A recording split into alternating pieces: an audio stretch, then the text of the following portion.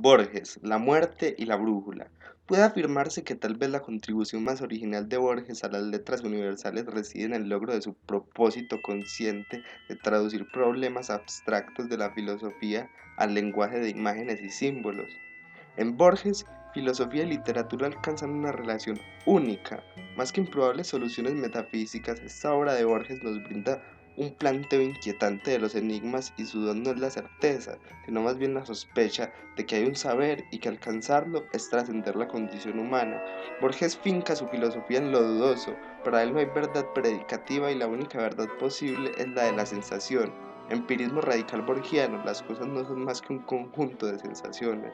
De esta forma la verdad queda eliminada de la metafísica borgiana y con ello Borges llega a un idealismo paradójico. Es entonces desde el encuadre de lo paradójico contradictorio desde donde debemos analizar sus cuentos para llegar al metatexto. En La muerte y la brújula, Borges juega con pares de opuestos, simetría, que se interaccionan para conformar una totalidad que es representación del mundo tal como es pensado y percibido por el mismo Borges. Estos términos opuestos se interceptan e interactúan construyendo un laberinto mental y real, representación tanto del tiempo, día 3, como del espacio, 4 puntos cardinales, dentro del cual el propio hombre intenta su búsqueda. Esta búsqueda se da porque en Borges, en términos de una dialéctica donde hay dos razones que se contraponen y entre las cuales se establece una confrontación, la figura del bifronte, una especie de acuerdo en el desacuerdo, pero también una especie de sucesivos cambios de posiciones inducidos por cada una de las posiciones contrarias. Esta magnífica obra tiene diferentes significados. Uno de ellos es la división entre lo real, lo concreto, lo ficticio y lo pensado. Borges nos muestra en este cuento las posibilidades de convergencia y divergencia de estos opuestos. En cuanto a la secreta morfología de la malvada serie y la participación de Scharlach, lo pensado por Lonrod coincide con lo real programado por Scharlach, mientras que en lo que respecta a la identidad del infausto asesino y otros hechos concretos de la serie de crímenes, lo pensado difiere de lo real. La realidad está sujeta al destino, así lo muestra el hecho de que la invención de Charles tiene su pie de apoyo en 4 detalles que son frutos del azar. El equívoco asesinato de Yarmolinsky, la circunstancia fortuita de que hubiera iniciado precisamente esa frase en la máquina de escribir, la ocurrencia del periodista de Yiddish Zeitung acerca de que el Ronrod investigaba los nombres de Dios para dar con el nombre del asesino y el hecho de que su tendero se le ocurriera publicar una edición popular de la historia de la secta de los Hasidim. Desde las posibilidades que le brinda el zar, Scharlach puede programar la muerte de Lonrod e inducirlo a dar con su destino prefigurado, pero no menos azaroso. El pensamiento está sujeto a la lógica en Lonrod es la base de su conjetura. En este marco, Borges pone en juego la suposición, el cálculo, la hipótesis. Lonrod representa la razón que intenta el desciframiento del enigma, pero la esencia de lo misterioso es una mezcla de precisión rigurosa y de arbitrariedad absoluta. Lo posible es predecible, lo que es imprescindible. Lo posible está ligado a lo pensable y a la lógica, pero lo que es también está ligado al arbitrario y al destino. La trama urdida de Charlach encaja en el camino del destino arbitrario y sigue su curso. Lonrod adivina la morfología de los hechos, pero se le escapan los hechos en sí. Ni el pensamiento es infalible, desligado de la realidad, ni el destino es absolutamente impensable, no en términos abstractos, sino en términos de una aprehensión de la realidad por medio de los sentidos. Dice Borges, la intuición no es una opinión, es la cosa misma. En cambio, con el razonamiento abstracto, con la razón, nacen a la vez la duda y el error. Este camino, el camino del razonamiento abstracto, es el que guía a Lonrod, que si bien adivina la morfología de la serie, no puede impedir que el último crimen se consume. Lonrod puede prever el crimen, pero no puede impedirlo, porque el destino no se sujeta al razonamiento. El destino puede coincidir con el pensamiento, tal como es el caso de lo tramado por Scharlach, pero el pensamiento no puede forzar al destino. Entre lo previsible, producto de la razón, y lo imprevisible, producto del azar, pueden darse puntos de coincidencia. Es allí donde se interceptan el acontecer y el pensar. Para Borges, el mundo está rigurosamente determinado por el azar. El conocimiento y la adaptación, la aceptación del destino constituyen la sabiduría humana y sería este el único camino para abolir el azar. Contar con el azar para este sea menos imprescindible es una manera de abolirlo, pero este conocimiento para Borges no es producto del entendimiento racional, de la realidad. No hay una cosa en sí detrás de las apariencias, ni un yo mitológico que ordena nuestras acciones. La vida es apariencia verdadera, no engañan los sentidos, engaña el entendimiento. Borges le da primacía a la emoción sobre la inteligencia en la atestiguación de la realidad y en esto basa en Scherler. El nominalismo ético de Scherler está expresado en el emotivismo. El nominalismo no pretende alcanzar la verdad absoluta. Las cosas como universales no existen. Los universales no son entidades existentes, sino únicamente términos del lenguaje.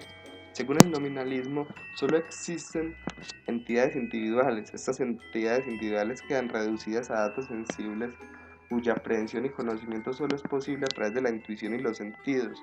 En este sentido que opera Treviranus, y es por ello que llega a dar los datos concretos y reales. Treviranus intuye los hechos, no los piensa y llega a lo real. Su hipótesis es una hipótesis de lo que está contemplando el azar, mientras que en la hipótesis calculada de Lönnrot el azar no interviene, se trata de una hipótesis científica. Lönnrot representa la especulación pura y lo epistemológico. A Treviranus le importa la realidad concreta y aprehende esa realidad valiéndose de la intuición. Borges pone en tela de juicio el razonamiento especulativo en tanto éste puede llevarlo al conocimiento de la estructura del enigma, pero no al conocimiento de la realidad concreta. Lönnrot llega a pensar que el victimario, Scharlach, va a ser la cuarta víctima, es decir, que su pensamiento lo lleva precisamente a la antítesis de lo real, pues en definitiva Scharlach será el victimario. La realidad no puede ser captada en su aspecto concreto por el entendimiento racional, y de hecho a Lönnrot la realidad, las meras circunstancias, los nombres, los arrestos, las caras, los trámites judiciales y carcelarios no le interesan. Scharlach induce al pensamiento racional de Lönnrot, sugiriendo los indicios de que descifre el laberinto y llegue a su propia muerte. Otro significado que varía es lo casual y lo causal. Ese es otro par de opuestos que plantea Borges en este cuento. Ante el orden de lo casual de los hechos de la realidad, se opone el orden causal de la premeditación de Scharlach y el puro razonamiento de Lönnrot. El pensamiento premeditado de Scharlach es simétrico axialmente, simetría axial o simetría del espejo, al de Lönnrot, tanto como sus roles en la acción, victimario y víctima. Scharlach premedita de los sucesivos pasos de Lönnrot en un orden de causalidad, a tal causa, tal efecto. En cierto sentido, Scharlach y Lönnrot juegan una partida de ajedrez. La significación del tablero de ajedrez concierne a las ideas de combinación, demostración, azar y posibilidad. La historia arranca con una serie de casualidades, el cambio de la habitación entre el tetrarca Yermolinsky, lo que deja escrito Yermolinsky en su máquina, el hallazgo del tetragramatón, la ocurrencia del periodista Yildiz Seitún en la publicación de la historia de la secta de los Hasidim, casualidades que Scharlach encaja en lo causal, conociendo la lógica racional de Lönnrot. Otro punto es el destino y la libertad. El destino alude a la idea de lo inexorable. Cada hombre tiene su destino más allá de la ética, este destino es su carácter. Heráclito, fragmento 119. Borges se ha nutrido de la filosofía de Heráclito y es desde ahí que propugna una aceptación valerosa del destino. Es precisamente el carácter razonador de Lönnrot el que lo lleva a cumplir su destino. La libertad alude al ámbito voluntarista del albedrío. En ese sentido, lo que hace a la libertad es la aceptación de ese destino medido en el azar. Dentro de lo predestinado es concebible una margen de libertad, si es posible la intuición de esa realidad azarosa. Cuarto punto a tocar, lo real, lo virtual, lo verdadero y lo aparente. Lönnrot se maneja en el plano de lo virtual, virtualmente había descifrado el problema. Lönnrot se mueve a un nivel conjetural en el que la hipótesis y el cálculo, su mente razonadora y la brújula nos llevan a prever lo posible. Lo aparencial es otra cara de lo real para Borges. La realidad es como esa imagen nuestra que surge en todos los espejos, simulacro que por nosotros existe. Aparece aquí también una forma de simetría axial, lo real y lo aparencial como términos simétricos y contrapuestos que son partes de una misma totalidad. Triste Leroy y el bifronte, etc. Dentro de esta misma idea de lo aparente, un enmascaramiento se puede encontrar al tema del simulacro de Charlach y Grifius y el tema de los disfraces de carnaval, de los arlequines. El disfraz puede ser concebido como reflejo del aspecto distinto que las cosas y seres expresan en el mundo, teniendo de sus raíces en la unidad primordial y original en la que no había opuestos.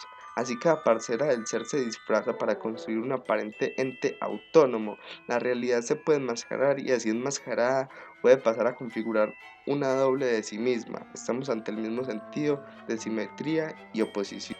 Otro punto diferencial es lo permanente y lo mutable. El pensamiento del espíritu no es condición superior a la realidad externa, es algo que es también en perpetuo cambio como los objetos del pensamiento. Estas ideas se encuentran en Heráclito, en los estoicos y luego en Nietzsche. Los hechos de la realidad están inmersos en un perpetuo devenir, tanto como es mutable la naturaleza misma y el hombre.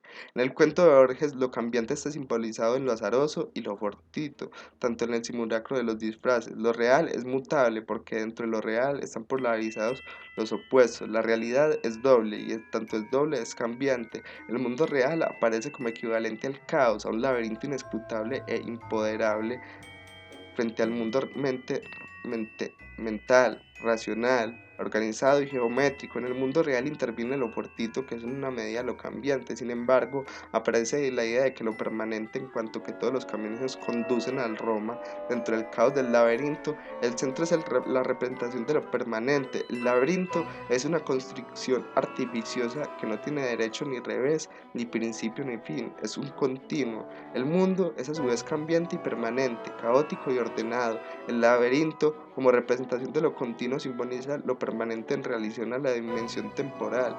En el laberinto están implícitas las dimensiones del tiempo y espacio. En cuanto a las dimensiones del tiempo, Borges propone la idea del entorno-retorno. Máteme en D como ahora va a matarme en triste, Leroy. La eternidad representa una duración continua, simultánea, inmóvil, infinita, condensable e indivisible del tiempo, perpetuidad que no tiene principio ni fin. El cosmos se compone de un número limitado de elementos y el número de combinaciones posibles es también limitado. De aquí que una vez producidos los fenómenos vuelvan cíclicamente a producirse. Tiempo circular borgiano. La existencia de los seres es pura repetición de existencias anteriores, tema recurrente en Borges. El individuo ha vivido un número infinito de veces y volverá a vivir eternamente. El orden eterno solo puede lograrse por la abolición de las contraposiciones, de lo destino, de lo distinto y lo cambiante, o sea, del azar. Asimismo, la idea del espacio como un orden externo está presente en la estructura cuaternaria del tetragramatón, nombre compuesto por 4 letras sin vocales, quien alude al nombre de Dios, así como los 4 puntos cardinales determinantes del espacio.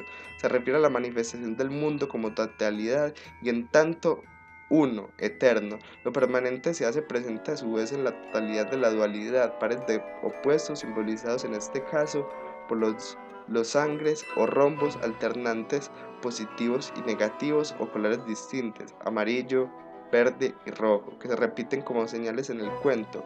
Liverpool House, los rombos de la pinturería en el lugar donde fue asesinado Acevedo, la vestimenta de los arlequines y al final cuando Lonrod miró los árboles y el cielo subdivididos en rombos turbiamente amarillos, verdes y rojos. La significación de los ángeles concierne el esfuerzo de dominar lo irracional, lo doble contrapuesto, sosjuzgándolo en una estructura dada, geométrica, racional. En todo lo zanjeado aparecen dos elementos repetidos, opuestos que constituyen una trama dual, dos triángulos equiláteros unidos por uno de sus lados forman un rombo cuadrangular, la ruta de los crímenes, rombo y cuadrado en el mismo tiempo, de allí el triángulo, símbolo de la divinidad, el cuadrado, símbolo de la totalidad terrenal. Por otra parte, la naturaleza dual está manifestada por lo simétrico. Los pensamientos de Charles y Lonrod son simétricos. El primer crimen es obra del azar, el segundo de la necesidad. Ambos son aprovechados por Les Charles para tejer el laberinto. La historia nacida en el Rue de Toulon, cuando Scharlach y su hermano son apresados, continúa con la agonía de Scharlach en Triste Leroy. Simétricamente, Scharlach hace ir a Lonrod a Rue de Toulon y luego a Triste Leroy.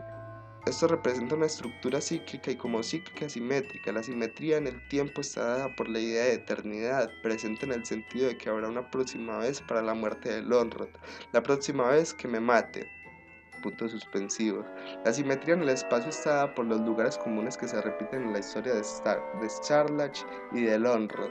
La quinta de Triste Leroy es a su vez la representación de un laberinto de abundantes e inútiles simetrías, donde todo es doble y se corresponde con las imágenes de los espejos. En la casa está lo dual, los opuestos, lo laberíntico, lo simétrico, lo caótico y lo ordenado, lo permanente y lo mutable, patos iguales, antecámaras circulares, espejos opuestos, escalinatas dobles, el Hermes bifronte, afuera del mismo y desolado jardín.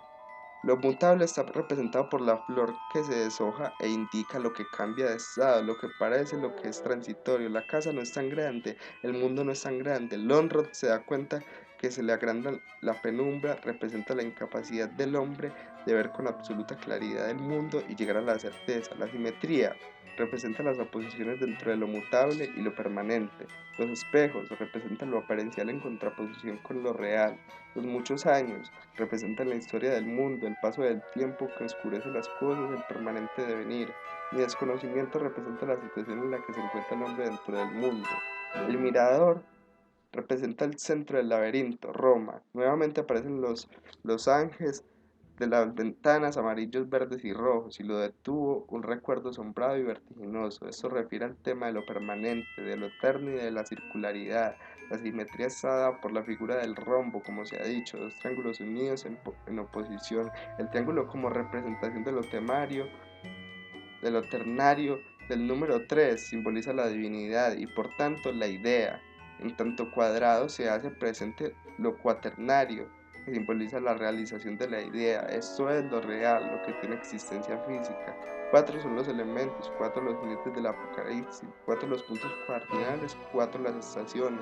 La idea, la elaboración mental de Lonrod se completa cuando arma el triángulo y le dice a Trevinarnos que tiene resuelto el crimen, pero cuando Lonrod llega a Triste Leroy y completa el cuadrado, toca lo real, lo concreto, lo terrenal, pues los cuatro puntos cardinales definen el universo real concreto. De esta forma encontramos el elemento ternario correspondiéndose con lo mental, lo espiritual. La idea en tanto que en lo cuaternario pone de manifiesto la organización material, la muerte y la brújula a través de Charla Chirrón Lonrod. Borges nos enfrenta con lo imprevisible y lo predecible, lo real y lo virtual, lo concreto y lo pensado, lo sensible y lo racional, lo carnal y lo espiritual. En definitiva, nos enfrenta con lo que es y lo conjetural. En definitiva, Lonrod es la brújula, un instrumento de procesión y es Charlach la muerte, una realidad inexorable.